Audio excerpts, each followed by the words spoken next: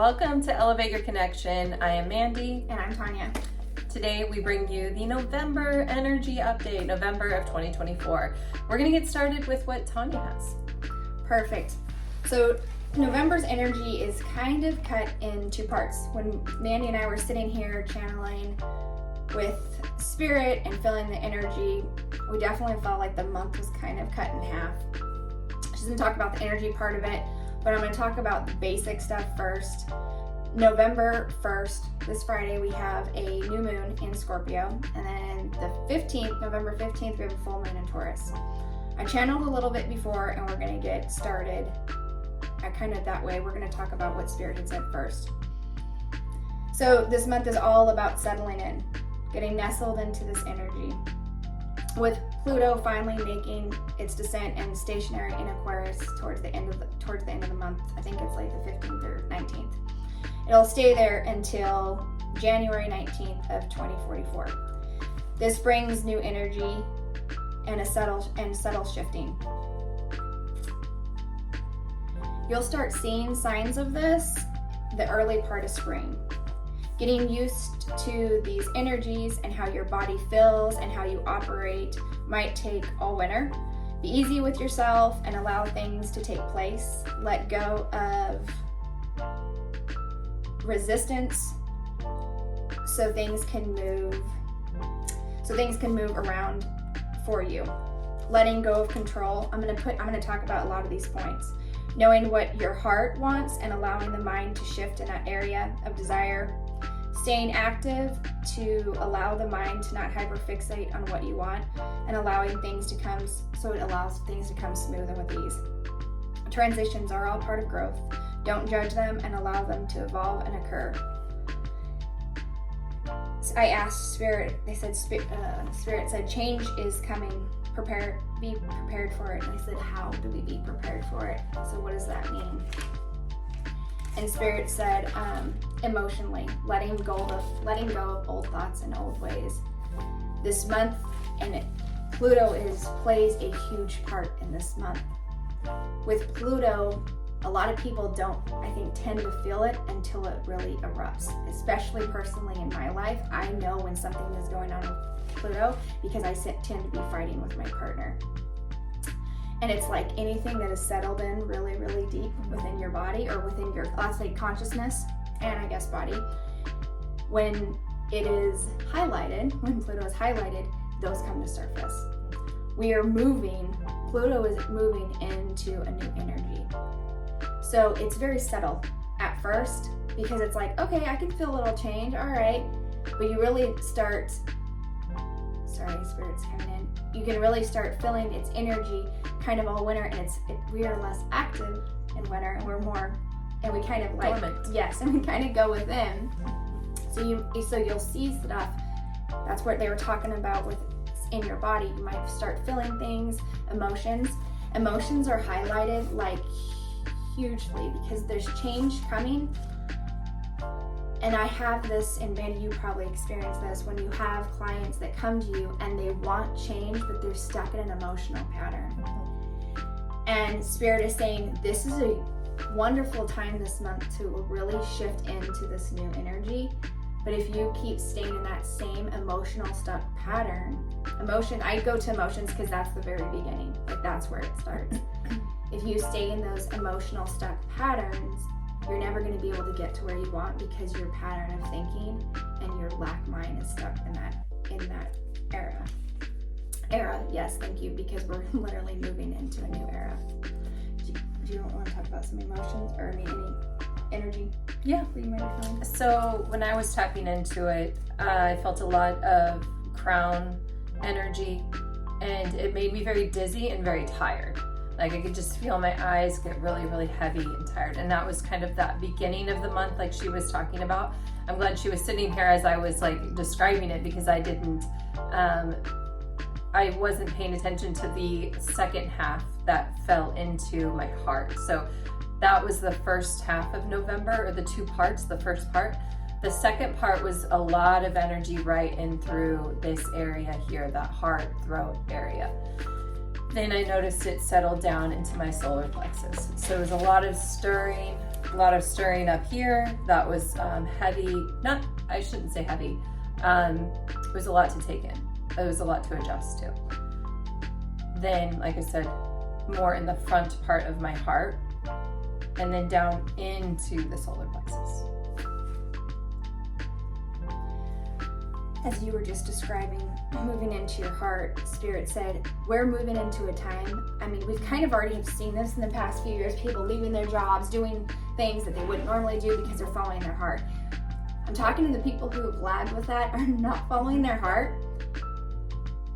Yes, this time of you really needing to follow your heart, and this is what Mandy's talking about with all this energy. Now is the time. If you choose to not follow your heart, you're going to run into a lot of walls. You're going to have a lot of bumps and bruises. So, and they're talking about like when you're like, okay, this is kind of a lot. I'm feeling this. Like, you have a choice right now. You can tap into it, like fully what you want, heart's desire, trust the universe and go for it, or you're going to get like a lot of lessons. And while you were doing your first part, I was thinking of, we're in the year of 8. 2024, and we're moving into the year of 9, which is the endings, and year 1 will be coming, so it's ending and new beginnings, an ending of things that you might be really attached to, that you need to or will be having to let go of. So this is like entering into that that year, the precursor to all of that. So as you're talking about endings, there is huge about 9 is also a very spiritual number. So I'm actually a life path 9. I don't know what you are, but I'd have to do that. But we're like, I think I'm a 4. So I'm actually a life path 9, but it's also a spiritual number. It's speaking with also a lot of awakenings happen in 9. So your ending, I'm feeling a lot of emotional and thoughts and patterns because I have a lot of people who have watched me in the past and go to doomsday, like, my life is gonna fall apart. Why this? And I'm like, I'm getting pulled, as Mandy just talked about with her heart. This is a lot of heart. This is a lot of emotion. I am so tired of feeling this way. I'm going to move and think about something else and view myself differently. And that's when, hold on, Spirit's coming, I'm getting busy. That's when a lot of spiritual awakenings happen. This is when the old thought ends, the old person version of you, and you awaken into something new. A lot of epiphanies and spiritual awakenings happen in this, and what your heart desires. One thing I want to touch on before we kind of wrap it up is what would support look like for people watching?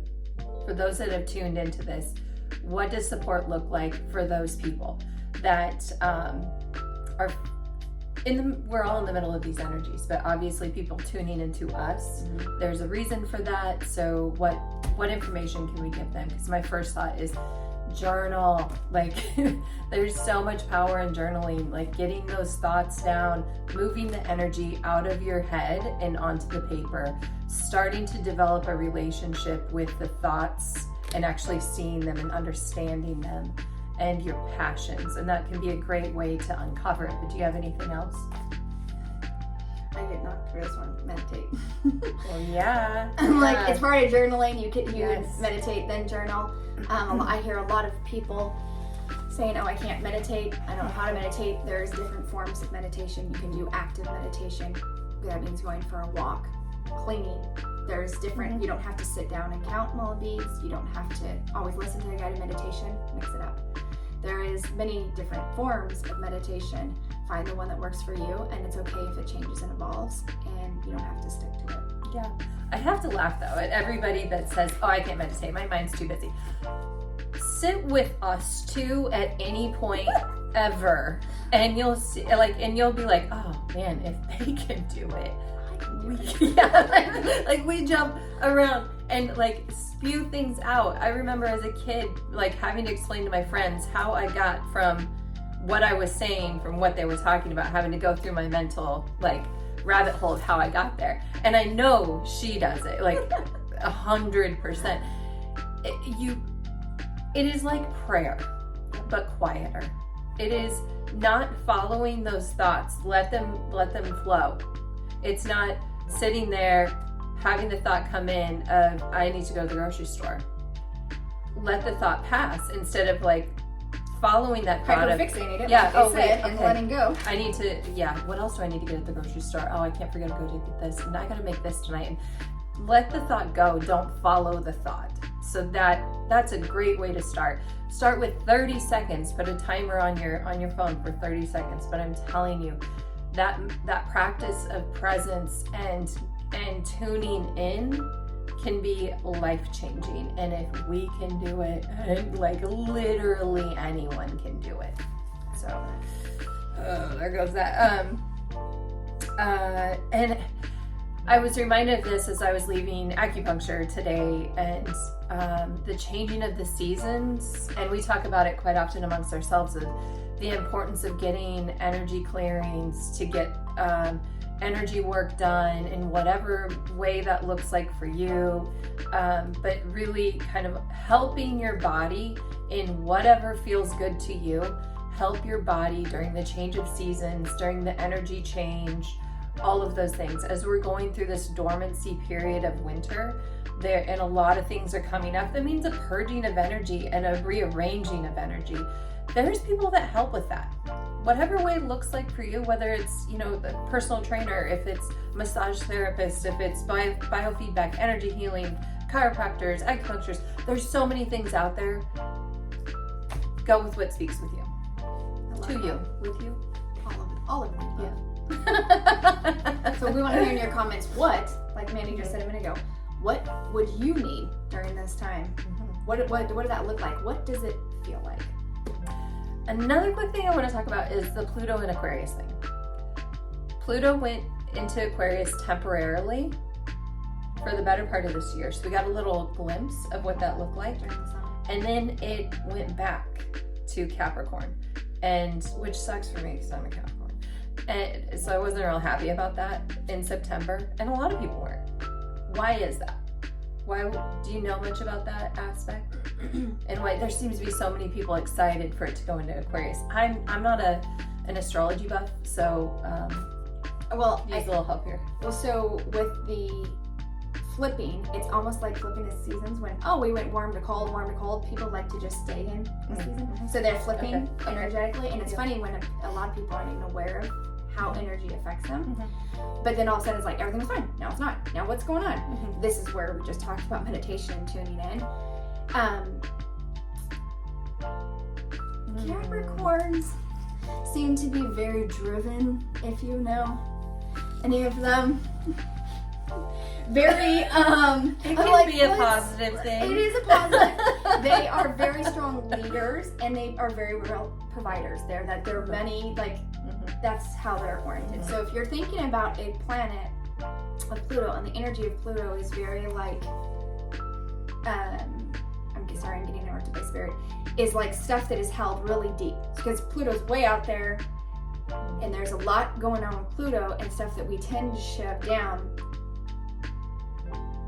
Capricorns tend to like bring those up and fluff them up and have a hard time and rail against people that they don't see eye to eye with. And Aquarius, as much as they are very strong, they are an air sign, so they're also kind of like chill. And I don't know a lot of astrology, I'm going on what I'm feeling here, where there's more ease. They're allowed to go the flow. So now we're moving into They're innovative too, aren't they? Yeah. So we're moving into a whole different vibration. So that's why it's like when we talk about, Mandy was just talking about her heart and like deep down to your stomach and like dealing with emotions. It's like, wow, maybe I got stirred up a few years ago about stuff, and now I'm seeing a different side of it.